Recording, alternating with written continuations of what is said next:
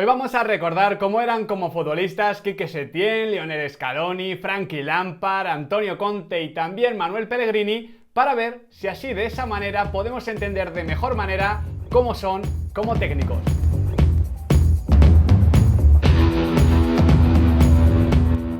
Muy buenas chicos y chicas, ¿qué tal estamos? Bienvenidos de nuevo a Diario de un Periodista Deportivo.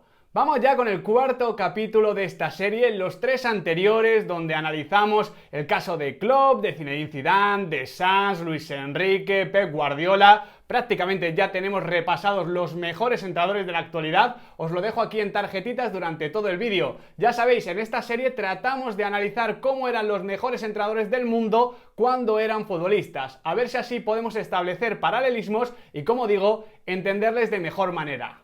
Y hoy vamos a comenzar con el caso de Quique Setién, el actual entrenador del FC Barcelona que hizo carrera en el Racing de Santander en dos etapas. Además, es uno de los mejores futbolistas de la historia del conjunto cántabro. También estuvo 3 años en el Atlético de Madrid, 4 en el Club Deportivo Logroñés, por desgracia ya desaparecido, y acabó su carrera solo jugando unos partidos en el Levante Unión Deportiva en Segunda División B. Es verdad que a Quique Setién no se le recuerda mucho, sobre todo los más jóvenes, ¿no? Porque, bueno, aunque fue internacional, no fue uno de los mejores futbolistas españoles de esa época, pero aún así era un jugador muy interesante. Jugaba normalmente de media punta, aunque también podía caer a la banda derecha, tenía una gran diestra, de hecho, una buena planta, conducía siempre con la cabeza levantada, tenía buena técnica, buen regate, y también hay que decir que destacaba mucho por su llegada a gol. Siempre ha tenido buenas cifras en los equipos en los que ha estado, y de hecho podemos decir que uno de sus goles más importantes en uno de los partidos más recordados también de la historia del Racing de Santander fue ante el FC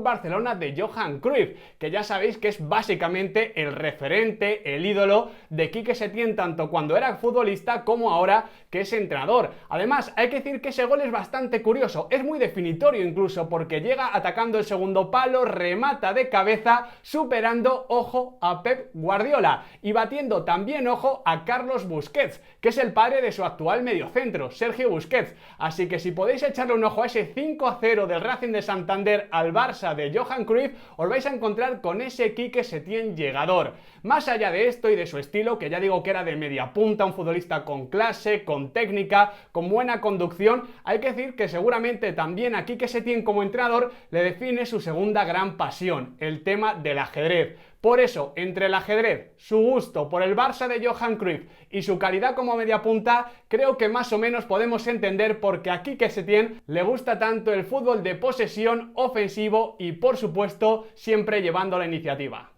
Y del entrenador que dirige a Leo Messi a nivel de clubes, vamos a pasar al técnico que lo maneja a nivel de selecciones. Un Lionel Scaloni que como futbolista no se parecía absolutamente en nada a Quique Setién. Todavía queda por ver quién es Scaloni como entrenador, porque es verdad que ya va teniendo su trayectoria. Él empezó en el juvenil del Mallorca, luego estuvo como analista de rivales con Sampaoli tanto en el Sevilla como en la selección argentina, controló la sub-20 con Pablo Aimar, y bueno, ya le vimos en la Copa América cómo Argentina poco a poco se fue encontrando, aunque finalmente cayó ante la Brasil de Tite. En todo caso, Scaloni como futbolista sabemos perfectamente cómo era. Un futbolista muy argentino, siguiendo el tópico, ¿no? Muy de duelos individuales, con mucho carácter, con mucha personalidad, muy competitivo, y eso le valió para hacerse un pequeño gran hueco en el mejor Deportivo de La Coruña de la historia. Podía jugar como lateral, podía jugar como volante, algunas veces también en el centro del campo. En ese sentido, Scaloni era muy polivalente porque siempre competía bien. De hecho, hay que decir que Irureta lo terminó haciendo capitán de ese Deportivo de La Coruña,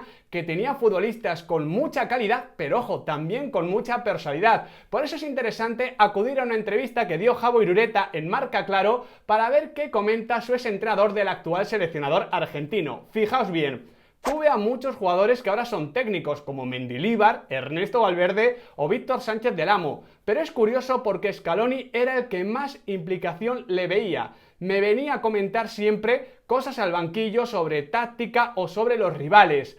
En esa entrevista Irureta ya conectaba al yo futbolista de Scaloni con su actual yo como entrenador. De hecho dice, siempre fue un motivador nato, como buen argentino no le gustaba perder a nada. Era un jugador que detectaba muy bien los pequeños detalles en los partidos y ayudaba una barbaridad al compañero.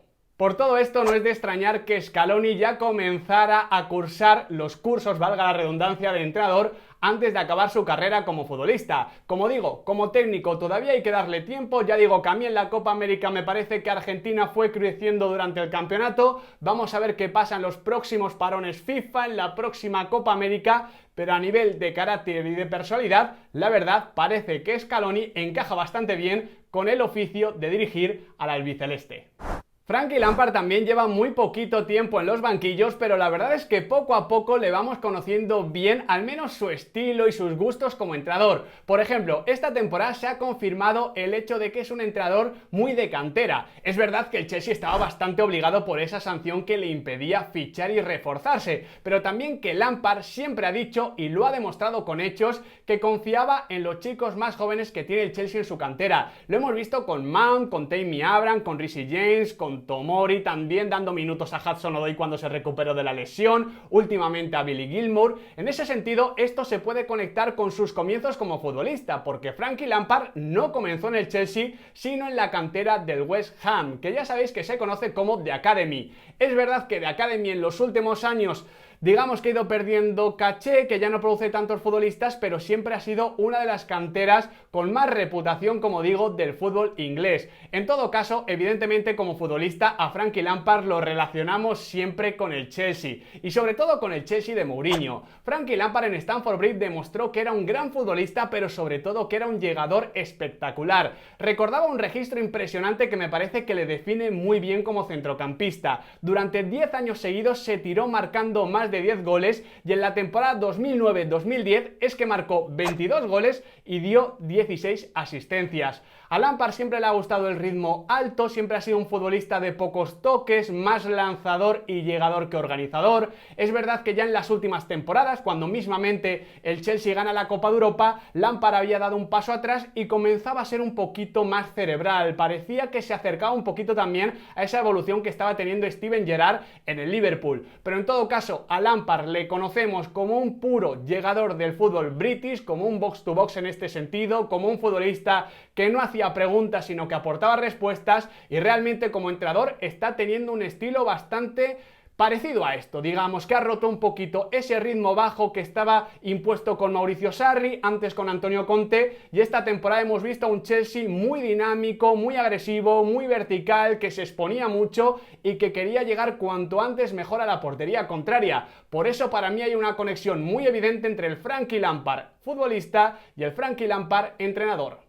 Y ya que le hemos mencionado, vamos con el caso de Antonio Conte, que es uno de los mejores estrategas de la actualidad, sobre todo porque es que sus equipos llegan a ser transparentes. Es que vemos su pizarra detrás de cada transición defensiva, de cada repliegue, de cada salida de balón, y además es que suele tener un primer impacto inmediato. Lo vimos en la Juve, lo vimos en el Chelsea, en la selección italiana, y lo hemos visto esta temporada en el Inter de Milán. Sus futbolistas, sus equipos necesitan muy poquito tiempo para aprenderse su plan A.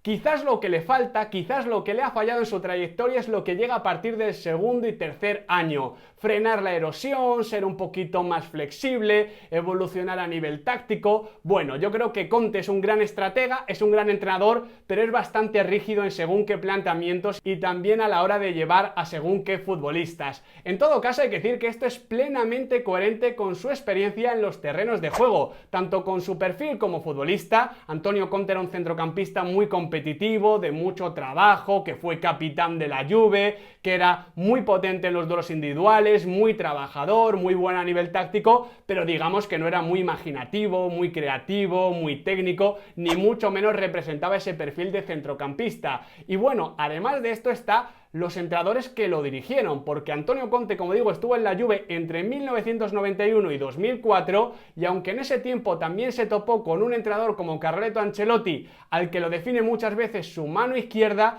hay que decir que sus grandes padres, sus grandes referentes a nivel futbolístico fueron Giovanni Trapattoni y Marcello Lippi. Otros dos entrenadores que se caracterizan por construir a sus equipos de atrás hacia adelante, por el ritmo bajo, por la estrategia, por la táctica, por controlar los riesgos, exactamente todas las características que tiene Antonio Conte como entrenador. Y para finalizar vamos a recordar al Manuel Pellegrini futbolista, sobre todo porque a Pellegrini normalmente se le conoce y se le relaciona más por su profesión, digamos, civil, el tema de ser ingeniero, que por su pasado como jugador, y él jugó muchísimos años como central en la Universidad de Chile. Quienes le vieron, quienes lo conocieron, e incluso él mismo lo dice, hablan de un central bastante limitado a nivel técnico, pero también a nivel físico. Pellegrini era alto, iba bien de cabeza, pero no era muy rápido, no era muy potente, no era muy fuerte, no tenía mucha técnica, pero bueno, al final terminó siendo muy competitivo y conociendo los secretos de la posición para llevar a cabo su tarea. El caso es que durante su carrera como futbolista tiene dos anécdotas muy buenas que creo que también le definen cómo sería en el futuro como entrenador. La primera hace relación a la extraña forma, dice él, que tiene su pie derecho. Pellegrini era diestro, pero decía que su pie tenía una forma muy extraña, no podía pegar bien al balón y por eso después de cada entrenamiento se tiraba perfeccionando el uso de su zurda hasta que al final terminó siendo más zurdo que diestro. Y la última anécdota hace también referencia a uno de sus últimos partidos como futbolista, en el que se enfrentó a un Iván Zamorano jovencísimo. Ojito a lo que dice Manuel Pellegrini.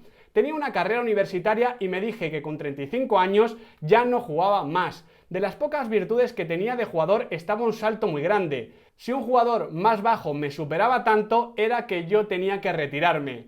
El caso es que unos meses después descubrí que ese alguien era Bam Zamorano. Más allá de esto hay que decir que muchos de sus compañeros y entrenadores ya le veían como entrenador cuando era futbolista y de hecho él, al igual que Lionel Scaloni, comenzó a formarse en sus últimos años de carrera. Lo que igual nadie imaginaba es que fuese a ser un técnico tan creativo y tan ofensivo, colocando a volantes en las bandas, queriendo tener siempre la posesión, ser propositivo, llevar la iniciativa, como vimos en el Villarreal, como vimos también en el Málaga, a su manera también en el City, en el Real Madrid. Pero bueno, más allá del estilo, estaba claro que en el Manuel Pellegrini central había un entrenador con mucho futuro. Y hasta aquí el vídeo de hoy. Espero que os haya gustado y sobre todo que os haya aportado una visión, un conocimiento extra sobre estos 5 entrenadores. Muchísimas gracias por estar ahí y ya sabéis, si os ha gustado no os olvidéis de darle al like, de compartirlo, de suscribiros y de activar la campanita porque aquí en Diario de un Periodista Deportivo, gracias a estos entrenadores, el fútbol nunca se acaba.